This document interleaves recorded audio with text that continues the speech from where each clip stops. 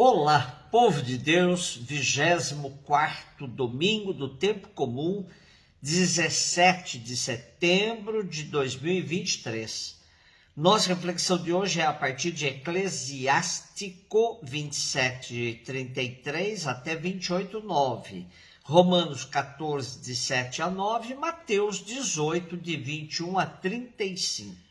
O rancor e a raiva são coisas detestáveis, até o pecador procura dominá-las. Quem se vingar encontrará a vingança do Senhor, que pedirá severas contas dos seus pecados. Perdoa a injustiça cometida por teu próximo. Assim, quando orares, teus pecados serão perdoados. Se alguém guarda raiva contra o outro, como poderá pedir a Deus a cura? Se não tem compaixão do seu semelhante, como poderá pedir perdão dos seus pecados? Se ele, que é um mortal, guarda rancor, quem é que vai alcançar perdão para os seus pecados?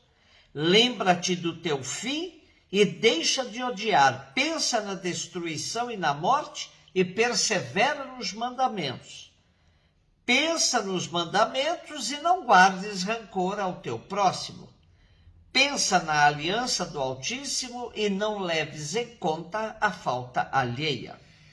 Saber viver, ser feliz, dar certo na vida são expressões que podem explicar o objetivo de uma série de livros bíblicos, os quais chamamos de sapienciais. Eclesiastes, sabedoria, provérbio, eclesiástico são alguns deles.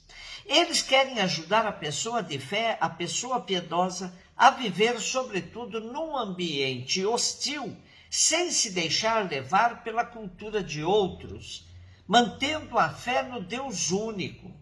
O Eclesiástico foi escrito nos inícios do segundo século a.C., quando os judeus da diáspora sofriam as influências do helenismo, que minava as tradições e costumes do judaísmo.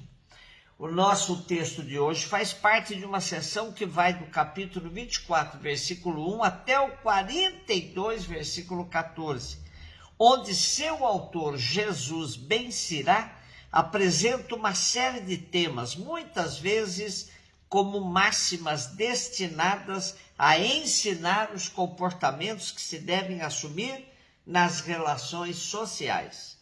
Mantendo a cultura, os costumes judaicos, o autor acredita que também se garante a fé.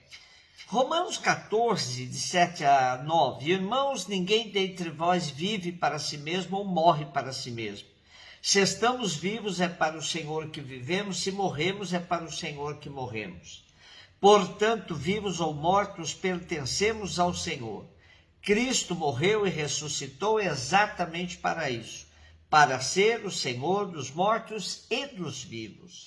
Esse texto não pode ser considerado fora do contexto mais amplo da carta aos Romanos, onde Paulo apresenta aos cristãos de Roma um conjunto de atitudes e de valores que devem marcar a vida pessoal, social e eclesial daqueles que Deus chama à salvação.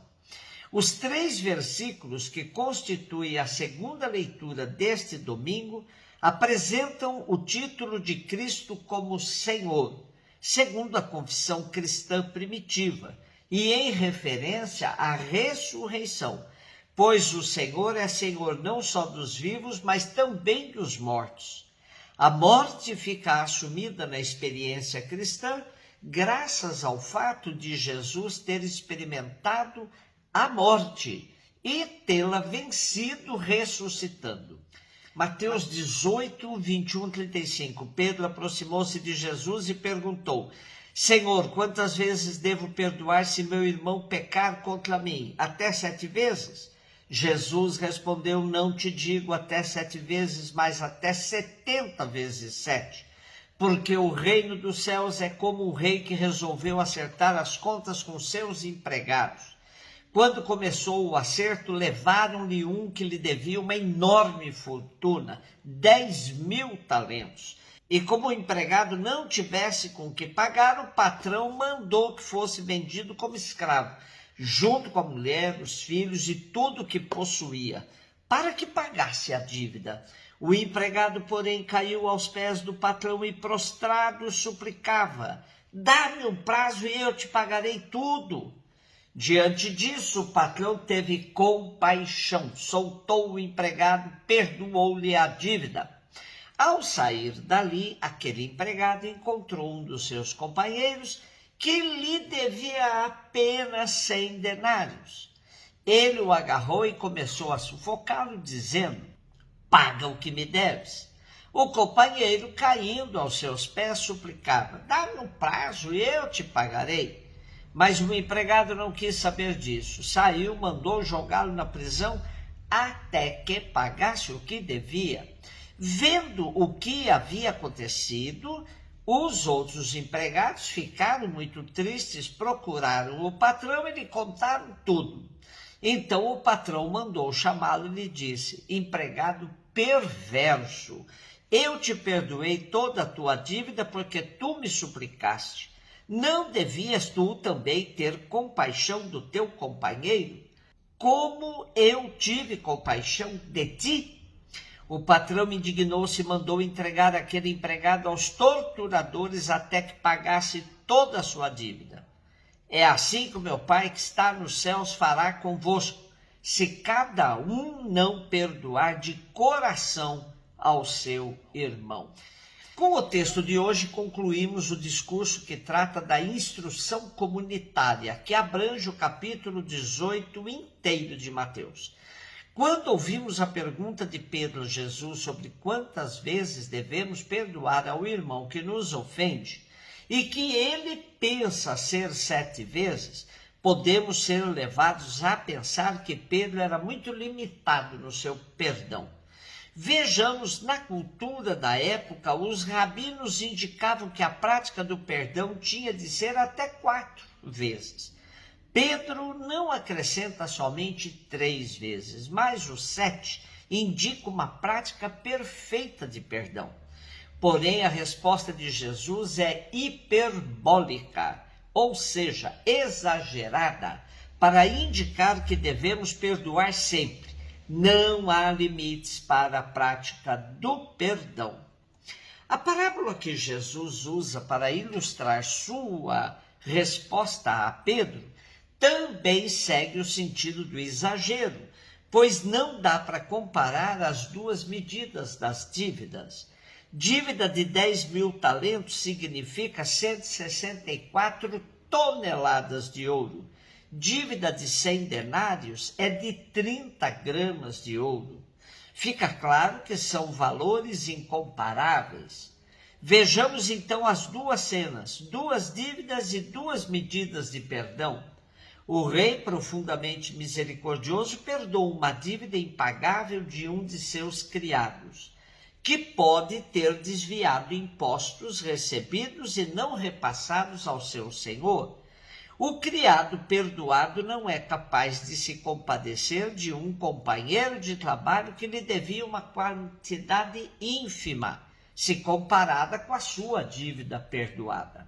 Claro que nenhuma parábola é crônica de algo real, mas trata-se da pedagogia costumeiramente usada por Jesus para transmitir um ensinamento. E na parábola de hoje fica claro que Jesus se agarra à mais legítima tradição do judaísmo, expresso na nossa primeira leitura de hoje, a do livro do Eclesiástico, que tão bem sintetiza o sentido profundo da pedagogia de Jesus. Perdoa a injustiça cometida por teu próximo, assim, quando orares, teus pecados serão perdoados. Importante é aprofundarmos o sentido do perdão em nossas relações. Sabemos que perdão não é esquecer o mal sofrido e nem indiferença frente a uma injustiça. O perdão inclui a prática do amor, que sempre abre brechas para o ofensor arrepender-se do que fez e retomar o bom caminho. Perdão é abrir portas, mas profundamente consciente de que deve sempre haver entre nós reparação do crime cometido. E em relação a Deus, a sadia prática da penitência pode ser libertadora. Um beijo no seu coração.